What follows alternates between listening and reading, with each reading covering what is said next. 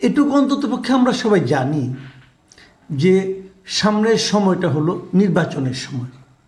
মানে সময় যত এগুচ্ছে আমাদের রাজনৈতিক দলগুলো, আমাদের রাজনৈতিক নেতারা যত সব কাজকর্ম করছেন, যত সব কথা বলছেন, সবই ওই নির্বাচনকে সামনে রেখে।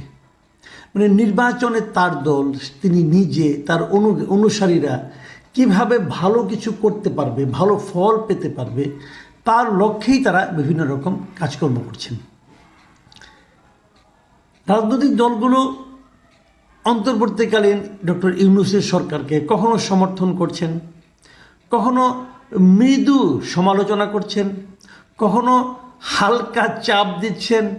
এই যা কিছু করছেন সব কিছুর পেছনে কিন্তু রাজনীতি আছে। আমি আপনি সাধারণ মানুষ, আমার আপনার ভাগ্যের জন্য, ভাগ্য পাল্টানোর জন্য তারা খুব কিছু করছে, এটা আমি পার্সোনালি মনে করি না। ওনারা যা কিছুই করছেন ওনাদের ক্ষমতায় যাওয়ার জন্য করছেন। ভেবে দেখুন, 2001 সালে যখন নাকি মহাজোট ক্ষমতায় আসে, সেই নির্বাচনে জামাতে ইসলামকে কিন্তু দুটো মন্ত্রণালয় দেওয়া হয়েছিল। মতিউর রহমান নিজামী জামাতের আমির ছিলেন এবং সেক্রেটারি আলী আহসান মুজাহিদ, ওনারা দুজন কিন্তু মন্ত্রী ছিলেন। এই বিএনপি সরকারের আমলে তারা মন্ত্রী ছিলেন। জামাতের ইতিহাসে এই প্রথম বোধহয় তারা মন্ত্রিত্ব পেলেন বিএনপির কল্যাণে, বিএনপির অনুগ্রহ আমি বলবো। এখানে বিএনপিরও স্বার্থ ছিল, হয়তো জামাতের সঙ্গে জোট না করলে তারা নির্বাচনে জয়ী হতেন কিনা, হয়তো সেটা নিয়েও সন্দেহ হতে পারত। যেটাই হোক, জামাত তো এরও আগে নির্বাচনে 96 নির্বাচনে তারা তো আওয়ামী লীগের সঙ্গেও জোট বেঁধেছিল। ওইভাবে জোট ছিল না, কিন্তু এক ধরনের ঐক্য তো ছিল। আর তো কেউ তাকে মন্ত্রিত্ব দেয়নি, বিএনপি দিয়েছিল। এমনকি আওয়ামী লীগ সরকার 2009 ক্ষমতায় আসার পর যখন তারা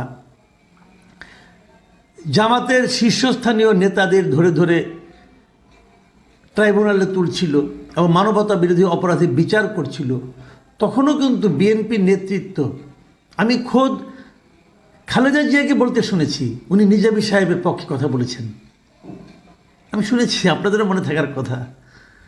তারা কিন্তু পক্ষ নিয়েছিল, একদম নেয়নি তা কিন্তু নয়। কিন্তু এখন কি মনে হচ্ছে তাদের কর্মকাণ্ড দেখে যে এই দল দুটো একসময় খুব ঘনিষ্ঠ ছিল?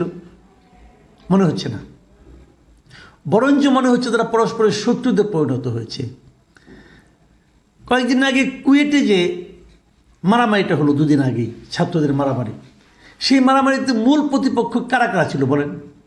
একদিকে ছাত্রদল, আরেকদিকে বৈষম্য বিরোধী ছাত্র আন্দোলন অথবা শিবিরের এখানে একটা ভূমিকা ছিল, ছাত্র শিবিরের। পরস্পরকে দোষী সাব্যস্ত করছে। তার মানে সেই প্রেমটা নেই, মূল দলের সঙ্গেও নেই, ছাত্র সংগঠনের সঙ্গেও নেই। কেন নেই? যেমন আমি কয়েকদিন আগে একটা পড়লাম, জামাতের কেন্দ্রীয় নায়েবে আমির অধ্যাপক মুজিবুর রহমান, তিনি এক জায়গায় বলেছেন যে অতীতে বিএনপির সঙ্গে থেকে জামায়াতের কোনো লাভ হয় নাই।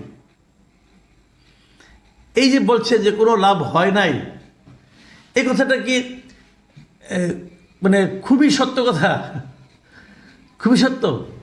তাহলে আপনারা যখন দুটো মন্ত্রিত্ব পেলেন, দু জায়গায় মন্ত্রিত্ব করার সুযোগ পেলেন, ওটাকে আপনারা কি ক্ষতি হিসেবে ধরছেন? সমাজ কল্যাণ মন্ত্রণালয়, কৃষি মন্ত্রণালয়ের মতো গুরুত্বপূর্ণ দুটা মন্ত্রণালয় আপনারা পেয়েছিলেন এবং 5 বছর সে মন্ত্রণালয়ে আপনাদের মন্ত্রী ছিল। এটা কি খুব ক্ষতিকর কোনো কাজ ছিল? ওইটা পেয়ে কি বিএনপির দ্বারা কি আপনারা উপকৃত হননি? উনি কিন্তু মুখ পুছে না করে দিলেন, তারা কখনোই কোনো লাভবান হয়নি। আবার ধরুন, জামাত তো বিএনপিকে ক্ষমতায় যেতেও সাহায্য করেছে, সেই বিচারে বিএনপিরও কিন্তু জামাতের প্রতি কিছুটা কৃতজ্ঞ থাকা উচিত। মানে এই কৃতজ্ঞতা, এই লাভ ক্ষতি আসলে ভাইস ভার্সা। মানে তুমিও আমার জন্য করেছো, আমিও তোমার জন্য করেছি। প্রতিটা আন্দোলন সংগ্রামে, হাসিনা বিরোধী আন্দোলন সংগ্রামে জামাত সারাক্ষণ দৌড়ের উপর ছিল, কোনো সন্দেহ নাই। কিন্তু জামাত যে আন্দোলনটুকু করেছে, যতটুকু করেছে, সেটার ক্রেডিটও কি বিএনপির কাছে যায়নি? গিয়েছে তো। তো নীতিগত বিরোধ থাকতেই পারে, রাজনৈতিক বিরোধ তো থাকতেই পারে, কিন্তু এই যে পরস্পরের বিরুদ্ধে কথা বলা, অনেকটা কাদা ছোড়াছুরি করা, এটা কেন? এর মাধ্যমে লাভটা কার হচ্ছে? দেখুন, কেবল জামাতের এই যে অস্বীকার করা অধ্যাপক মুজিবুর রহমানের কথা, আমি তাই না, আমি আরেকজনের কথা বলি। বিএনপির যুগ্ম মহাসচিব রুহুল কবির রিজভী তিনি দুদিন আগে বলেছেন এক জায়গায় যে অঙ্গীকার রক্ষা করা এবং কৃতজ্ঞতা স্বীকার করা ইসলামের অন্যতম গুরুত্বপূর্ণ বিষয় হলেও জামাত সেই অবস্থানে নেই। এটি একটি মুনাফিকি দল। বিএনপির সঙ্গে সরকারে থেকে সব ধরনের সুযোগ সুবিধা নিয়ে এখন তারা বিরুদ্ধে কথা বলছে। দেখুন, বিএনপির সঙ্গে তারা ছিল, তার মানে কিন্তু এই নয় যে সারা জীবন তারা বিএনপির সঙ্গে থাকবে, এমন প্রতিজ্ঞা তো তারা করেনি। তাহলে তো তারা দল বিলুপ্ত করে দিয়ে বিএনপি হয়ে যেত, তা তো হয়নি। তারা একটা অন্য দল। ওই সময়ে একটা ইস্যুভিত্তিক ঐক্যের মাধ্যমে তারা একত্রে নির্বাচন করেছিল। সুযোগ সুবিধা নিশ্চয়ই সরকারে থাকলে যা পাওয়ার ততটুকু তো পেয়েছে, কিন্তু তার মানে কি এই যে বাকি জীবন তারা বিএনপির সঙ্গে থাকবে এমন প্রতিজ্ঞা তারা করেছে? তা তো তারা করেনি। তারা আলাদাভাবে তাদের রাজনীতি করতেই পারে, তাতে মুনাফিকি হয়ে গেল। এভাবে বলাও মনে হয়, আমার কাছে মনে হয় যে ঠিক না। চট করে একটা অ্যাডজেক্টিভ যুক্ত করে দেওয়া, মুনাফেক, এই অ্যাডজেক্টিভ এভাবে যুক্ত করে দেওয়া, এত সরলীকৃত সিদ্ধান্ত এত বড় নেতার কাছ থেকে আসা মনে হয় ঠিক না। এখন তো দুটো ভিন্ন দল, দুটো দল তাদের মতো করে যার যার রাজনীতি করছে, এটা হতেই পারে। আমরা বরং বিশ্লেষণ করতে পারি যে কেন তাদের সেই প্রেমটা ভেঙে গেল। প্রেম ভাঙা কিন্তু অন্যায় কিছু না। যেমন খুব প্রেম করে বিয়ে শাদী করে তারপর ডিভোর্স হয়ে যায়, এটাও কিন্তু অন্যায় না। একসময় তারা ভাবে আমরা একসঙ্গে পথ চলতে পারবো না, আলাদা হয়ে যাবে, এটা তো আর ধর্ম বিরোধী কোনো কাজ না, এটা হতেই পারে। তো এখানেও হয়েছে, কিন্তু কেন হয়েছে সেই আলোচনাটা আমরা করতে চাই। দেখুন, আপনারা দেখবেন 5 আগস্টের পর বাস্তবতাটা কিভাবে পাল্টে গেল। 5 আগস্টের আগে থেকেই কিন্তু জামাতের আমির শফিকুর রহমান একবার একটা বলেছিলেন যে তাদের সঙ্গে এখন আর বিএনপি সেই আগের ঐক্যটা নেই, ওই জোটটা নেই। তারা কিন্তু এটা স্পষ্টই বলেছিলেন, অনেক আগেই বলেছিলেন। বিএনপির পক্ষ থেকে কিছু বলা হয় নাই, কিন্তু জামাতের পক্ষ থেকে আগেই বলেছিলেন, কারণ জামাত তখন বুঝে গিয়েছিলেন যে তাদের রাজনীতিটা তাদেরকে করতে হবে। তাদের এই বিপদ, তখন তারা বিপদে ছিলেন, এই বিপদে তাদেরকে কেউ সাহায্য করার নাই। সাহায্য বিএনপি কীভাবে করবে? বিএনপি নিজেও তো দৌড়ের উপর ছিল। যাই হোক, ওনারা আগের থেকে ছিলেন না। কিন্তু 5 আগস্টের পরে আমরা কি দেখলাম? আমরা দেখলাম 5 আগস্টের পর সারা দেশের প্রত্যন্ত অঞ্চলে, আমি যতটুকু জানি, বিএনপির বিরুদ্ধে কিন্তু একটা অভিযোগ উঠেছিল যে তারা আওয়ামী লীগের যারা চাঁদাবাজ ছিল তাদের জায়গাগুলো বিএনপি দখল করে নিয়েছে, এবং চাঁদাবাজি কিন্তু চলছে, এখনও চলছে, এবং সেগুলি বিএনপির লোকজনই নিচ্ছে। এটা অস্বীকার করার কোনো উপায় নাই। মিথ্যা মামলা দেওয়া, থানায় দালালি করা, মানুষকে এরকম ব্ল্যাকমেলিংয়ের করা, আটকায় দেওয়া, তার একটা মামলায় 320 জনকে আসামি করে সেখান থেকে 25 জন 26 জনের কাছ থেকে চাঁদা নেওয়ার মাধ্যমে নাম সরিয়ে দেওয়া, এই সমস্ত কাজ কিন্তু বেসিক্যালি বিএনপি করছে। কোনো জায়গায় জামাতেরও দু একটা নাম ছিল, কিন্তু বিষয়টা হলো জামাতকে এটাকে গ্লোরিফাই করে, মানে গ্লোরিফাই ঠিক বলবো না, মানে আরও ফুলিয়ে ফাঁপিয়ে প্রচার করে নাই, তাও কিন্তু করেছে। ওটা আমি দেখেছি। জামাতের টেকনিক ছিল ডিফারেন্ট। তারা গুরুত্বপূর্ণ জায়গাগুলোতে নিজেদের লোক বসিয়েছে, এবং বিএনপি যা কিছু করছে সেটা সাধারণ মানুষের কাছে এক্সপোজ করে দিয়েছে, এবং এই দেওয়ার মাধ্যমে সাধারণ মানুষের মধ্যে কিন্তু বিএনপির প্রতি এক ধরনের গ্রহণযোগ্যতা ক্ষুণ্ণ হয়েছে। জামাত এই সুযোগটা নিয়েছে। কেন নিল?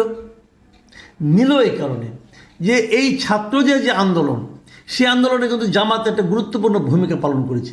বিএনপি ছাত্র সংগঠনও করেছে, কিন্তু জামাত নেতৃত্বের কাছাকাছি ছিল। মানে যারা নেতৃত্বে ছিল তাদের মধ্যে জামাতে মানে শিবিরের প্রভাব ছিল বেশি তুলনামূলকভাবে ছাত্র দলের চেয়ে। এই সুযোগটা তারা নিয়েছে, এবং এটা নেওয়ার কারণে তারা এরই মধ্যে স্বপ্ন দেখা শুরু করেছে যে তারা হয়তো এককভাবে ক্ষমতায় যেতে পারবে। যেহেতু এখন মাঠে আওয়ামী লীগ নেই, তাদের চিন্তা যে বিএনপিকে বাদ দিয়েই তারা ক্ষমতায় যেতে পারবে। এই চিন্তা থেকে তারা কিন্তু সর্বক্ষেত্রে বিএনপিকে ডিফেম করার চেষ্টা করছে। যখন বিএনপির তত্ত্বাবধায়ক সরকারের কোনো কোনো পয়েন্টে একটু একটু সমালোচনা করছে, সেই জায়গায় জামাত চুপ থাকছে। চুপ থেকে তার তত্ত্বাবধায়ক সরকারকে বোঝাতে চাচ্ছে, অথবা তত্ত্বাবধায়ক সরকারের যারা সমর্থক তাদেরকে বোঝাতে চাচ্ছে আমরা কিন্তু তত্ত্বাবধায়ক সরকারকে ডিস্টার্ব করছি না, যা কিছু করার বিএনপি করছে। আবার বৈষম্যবিরোধী ছাত্র আন্দোলনের সঙ্গেও তারা একটা সুসম্পর্ক রাখার চেষ্টা করছে। এই কারণে যে তারা নিজেরাই ভাবছে আমরা হয়তো একটা জোট টোট করে নিজেরাই ক্ষমতায় যেতে পারি কিনা।